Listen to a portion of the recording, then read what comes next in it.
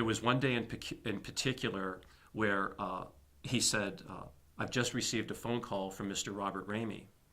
He's going to call me in the office, and he's going to explain to me why I have to cut the film. And he says, you impressed me as a producer, and I have even heard you think that you're one of the top producers that there is. He says, if you were truly the top producer that there was, you would be able to provide me with great leverage so that when I go into the meeting, I'm not under his thumb. Because I would prefer not to take the meeting than to be oppressed in the meeting. I said, well, it's funny you say that. One of my first jobs at New World was to secure the best possible deal we could have with the lab. And the lab that New World was doing business with was Deluxe Labs.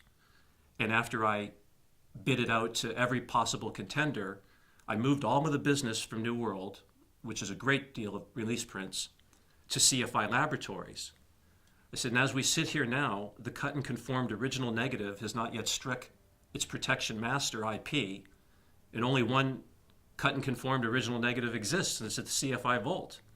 So what I'll do is I'll go over there and I'll talk to my good friends, the president and vice president, Tom Ellington and Jerry Vernig, and I'll have the original negative removed, put in my car, and then I'll bring it to a safe storage facility that only I will know where it is. So I like the way you're thinking, is what Mr. Russell said. So then he donned his best T-shirt, which had an image of Mickey Mouse across it, and put on his jeans and walked into Bob Rehme's office wearing a Mickey Mouse T-shirt and a pair of jeans, and he sat silently waiting to be put under his thumb. And then he explained to Bob Rehme that he, Ken Russell, had possession of the only negative of the film, which he would happily strike a match to, if he was going to be continued to be told how to edit his picture.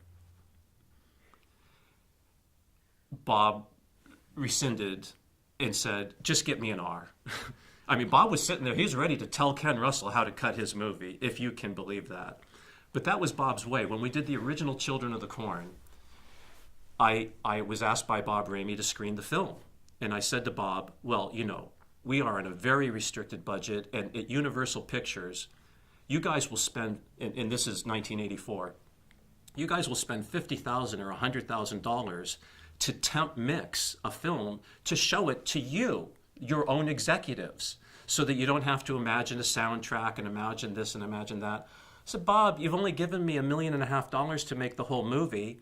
$200,000 of that's going to go for special effects and CGI work that, I shouldn't have said CGI, I mean, that was really rotoscope work, that's going to end the movie, which I haven't even developed yet. We're still in the process of negotiating with Max Anderson, and I'm trying to figure a way to contain all these costs right now. I said, we don't have one penny to spend to temp anything for you to watch Children of the Corn. And if you read our script and you understand the cut and paste that I finally finished for that piece, when you get to reels 4, 5, 6, and 7, you got a guy, Peter Horton, walking around a town. Said the only thing that makes that play is score that we don't even have temped onto the film right now. I'm a professional movie person. I know how movies work, and I was the president of Universal Studios, and this is not a problem for me. So we're in the screening room watching the movie with no temp, the naked, raw 10 reels of Children of the Corn. And he starts to give me all of his notes. But anybody who knows Bob Rehme knows that he is in what I call the clean desk club. It's frightening when you walk into his office. There's never a piece of paper on his desk. And it's not because he's meticulous. It's because all he does is give orders. He doesn't actually do anything. So I know who he is, and I know he's giving me all these notes. So I pretend like I'm writing them all down, because I know he's never going to make a record of it. It's not something that he'd ever do, because that involves WORK.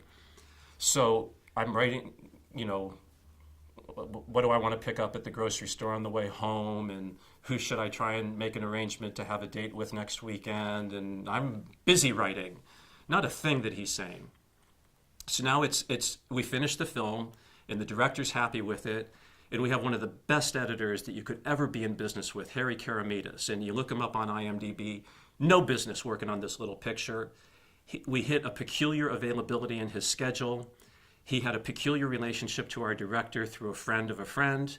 He acquiesces to do our movie, and he is in like nobody's business, putting in the extra mile, putting in the extra everything, coming up with editing ideas. helping us think of things that we could do when we go back for second unit pickups. Just the greatest guy you'll ever meet. And I have a list of the greatest guys you'll ever meet, and he's on it. So I have a lot of confidence in this movie. And now we go to the screening. Well, the owners of the company love to play craps. That's when we're screening at the Red Rock Theater in Vegas. Everybody comes out for the screening because they all get to go play craps. Apparently, they didn't do too well at the crap table that afternoon. Nobody's in a particularly great mood. And now we're in the screening itself, and I'm sitting next to Elliot Slutsky, and everybody's asking me right beforehand, did you take all of Rehme's notes? Did you take all of Rehme's notes? Did you take all of Rehme's notes? And I'm like, no. I told him that the movie had no score. I told him it would play once we scored it. I've got the greatest editor you'd ever want to be in business with. We know what we're doing. It's going to play. And so Elliot Slutsky, one of the best distribution managers, presidents of distribution, the man who actually books the theaters and actually collects the monies, you couldn't meet anybody better than that in life than Elliot Slutsky, sits next to me. And we're watching the movie. And the first thing is, did you really not take any of Bob's notes? I said, not a one. It's amazing. He said, well, it was nice knowing you, Don.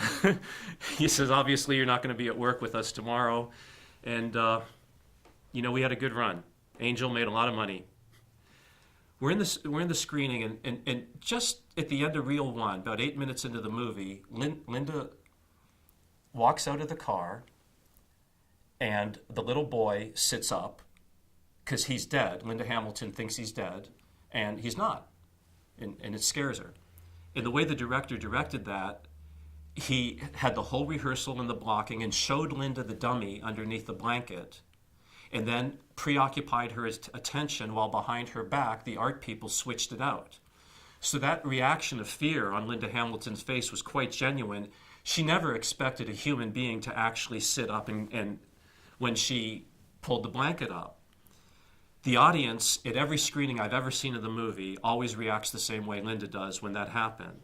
Harry Karamidas' genius editing, the inserts that he told us we needed to get, the director's direction, getting the inserts, putting the whole thing together. The director was a real shooter. I mean, he really knew how to place a camera.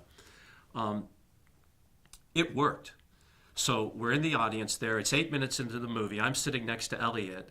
Elliot screams as loud as the whole audience screams, and then turns to me and says, if the rest of the movie falls on its face, I've got at least $40 million I can get out of it right now, 8 minutes into it. And I think the movie did like 60 million or something.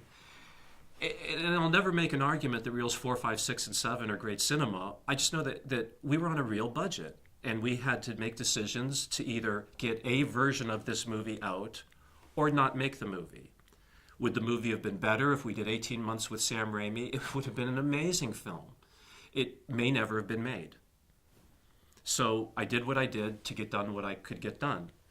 Now, the postscript on this is we're all in the lobby afterwards. People are breaking their arms, slapping each other on the back, congratulating them that we have another hit from New World Pictures right behind Angel.